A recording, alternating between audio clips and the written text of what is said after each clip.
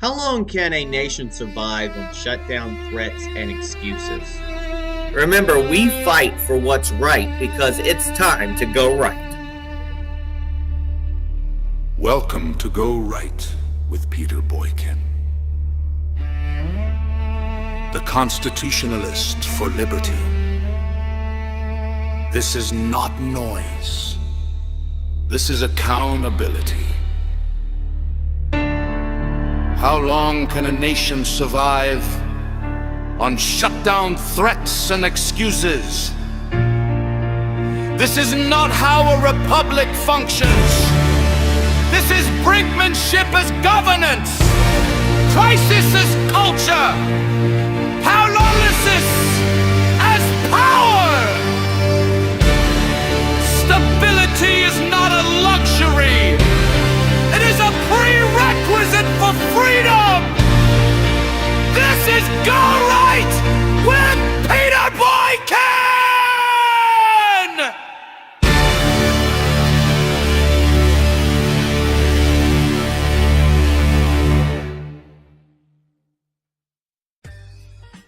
How long can a nation survive on shutdown threats and excuses? This is Go Right with Peter Boykin. We have reached a point where shutdowns are no longer failures of leadership. They are features of the system. Think about how absurd this has become. The United States of America, the most powerful constitutional republic on earth, cannot reliably fund itself beyond a few months at a time. Not because the money does not exist, not because the needs are unknown, but because chaos has become politically useful. Every shutdown threat is wrapped in moral language. Every delay is justified as resistance. And every disruption is framed as necessarily paying for a greater cause. But the result is always the same. Instability for the public. Leverage for politicians, headlines for activists, fundraising emails for everyone involved. Meanwhile, air traffic controllers wonder if they'll get paid. Border agents work under uncertainty. Military families brace for disruption. Small businesses that rely on federal contracts freeze hiring. And states like North Carolina are left hoping the weather cooperates while Washington argues. That's not the place right now, folks. And the public is told this is how democracy works now. Let me remind you, it is not. A functioning constitutional republic plans ahead. It debates priorities, passes budgets, and lives with the consequences of those choices. What we have instead is a permanent state of fiscal limbo where no one is fully accountable because nothing is ever finalized.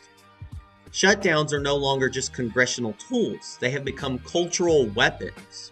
Calls for nationwide work stoppages, school walkouts, and consumer freezes are openly encouraged as political pressure campaigns. The goal is not persuasion, it is paralysis. If you can halt enough of the system, you can force concessions without ever winning an election or passing a law.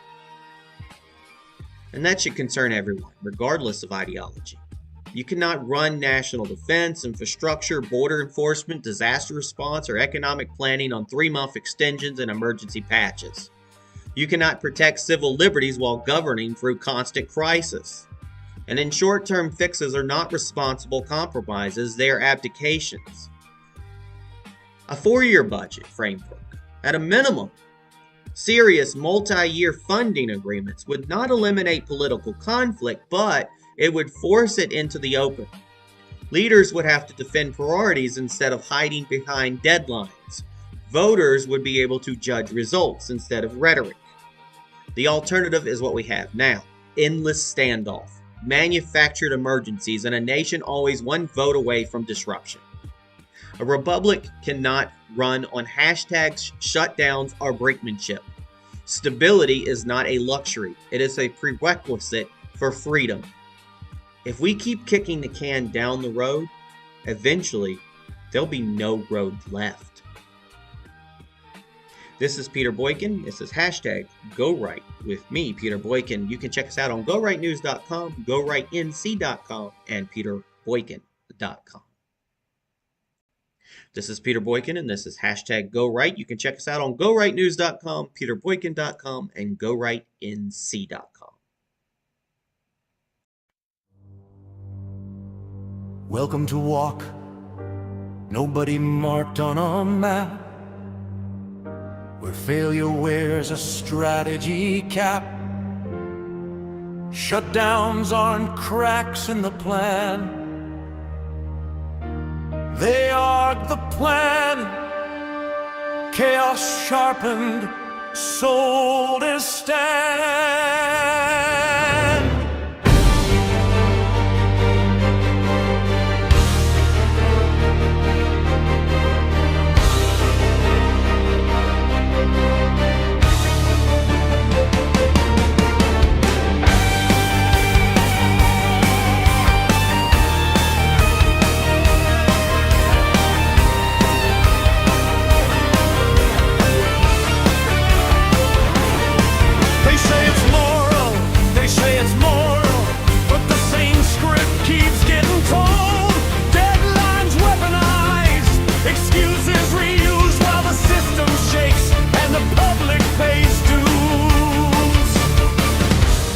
Traffic controllers counting days, border agents working in a fiscal haze, military families holding breath, small towns frozen by a vote suspense. How long can a nation survive on shutdown threats and excuses? How long can freedom stay alive when crisis becomes the useless? This isn't democracy at work, it's paralysis by design. A republic can't run on brinkmanship and borrowed time.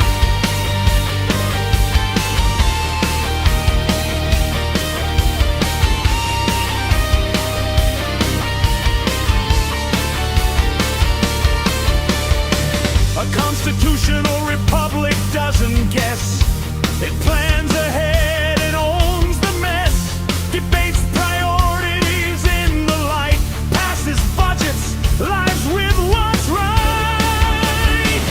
Instead we live in limbo land, nothing settled, nothing stands, no accountability, no final call, just manufactured emergencies.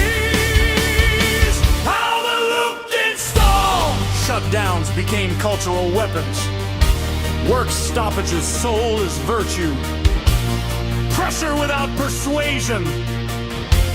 Power without permission. You don't halt a nation to save it. You don't freeze the system to prove a point.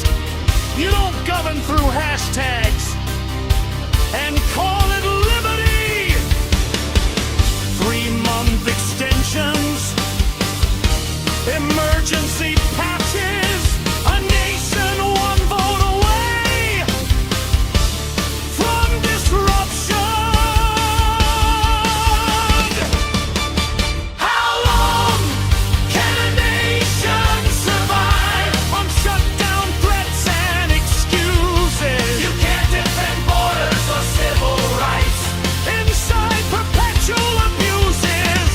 Stability isn't comfort,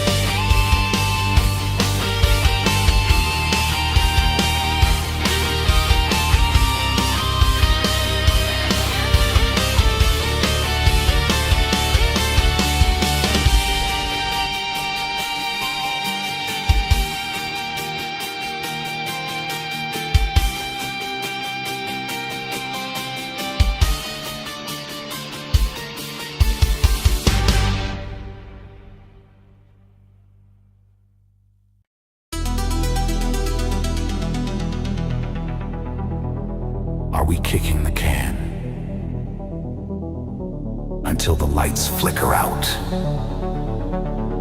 Shutdown politics are breaking the country. America has normalized dysfunction.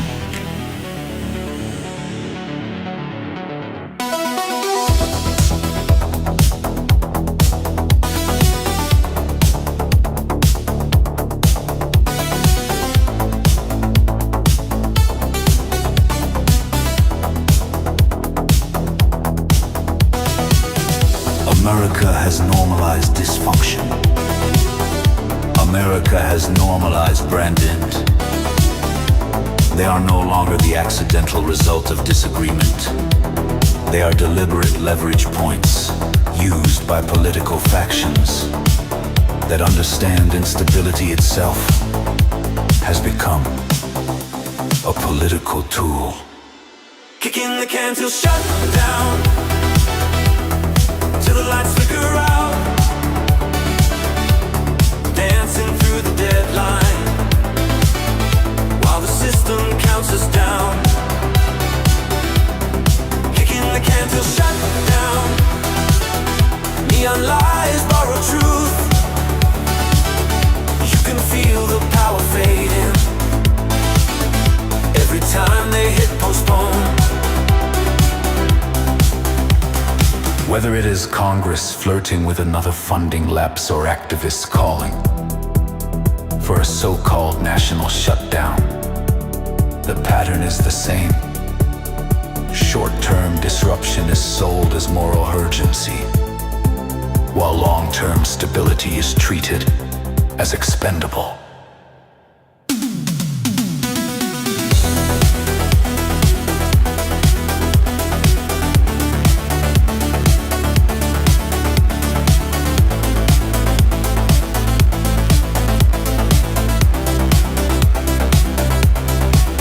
This is not governing. It is brinkmanship with the nation's safety economy and credibility. Kicking the can till shut down, till the lights flicker out. Temporary power plays while the clock keeps running loud. Kicking the can till shut down, every fix just buys a week. We're spinning on extensions while they call it strategy. For decades, Washington has survived by passing temporary funding measures instead of real budgets. A few weeks here, a few months there. Kick the can, blame the other side, fundraise off the chaos, repeat. Meanwhile, the country drifts without a stable fiscal plan.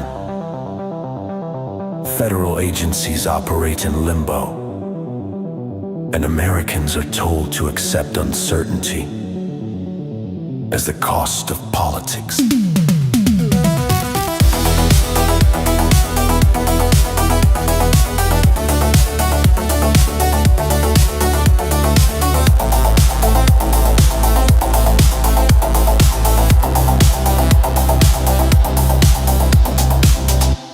A serious country does not function this way.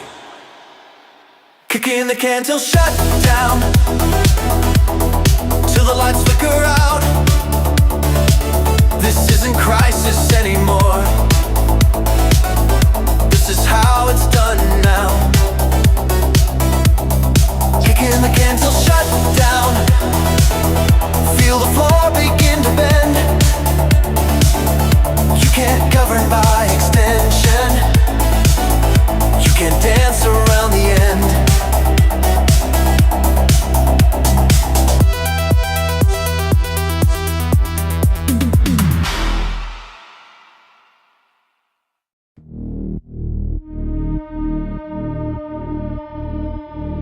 When Washington blinks, the states pay the price.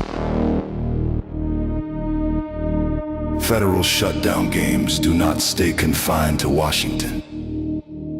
They ripple outward, and states like North Carolina absorb the shock first.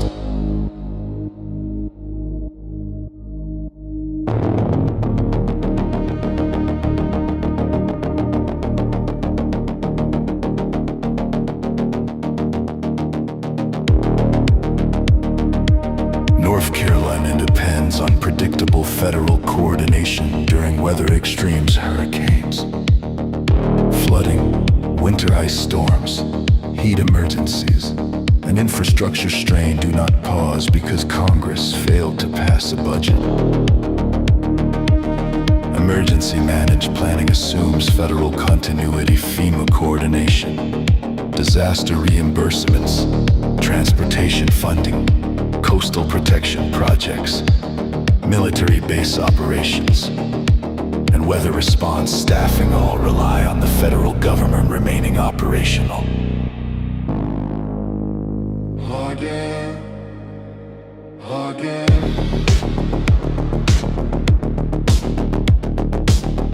When Washington drifts into shutdown mode, uncertainty places preparedness.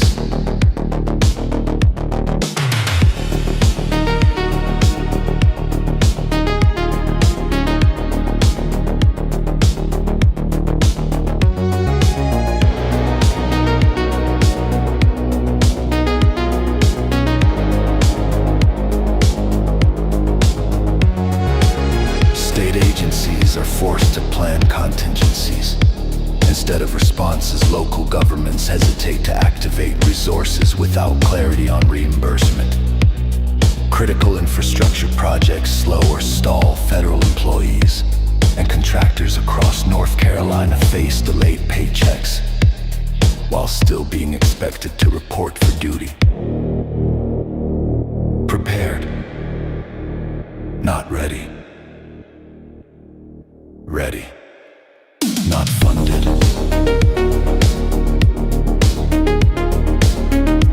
In rural and coastal communities, that instability is not theoretical. It affects evacuation planning, storm recovery timelines, and public safety readiness in urban centers. It strains transportation systems, healthcare coordination, and emergency communications.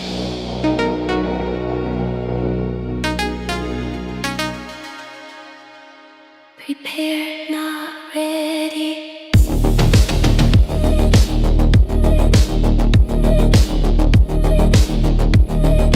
Ready, not funded.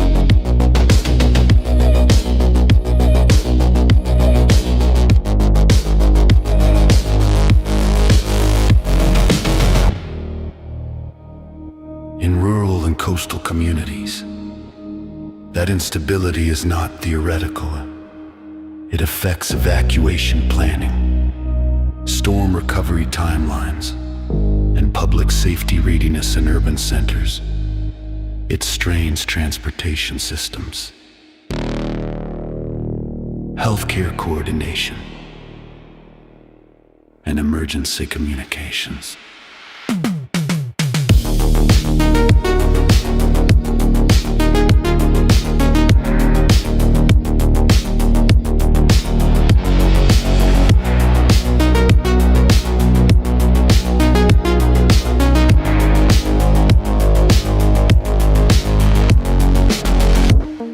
The people who feel this most are not political operatives or protest organizers. They are families preparing for storms, small businesses recovering from disasters, and local officials trying to protect their communities with incomplete information.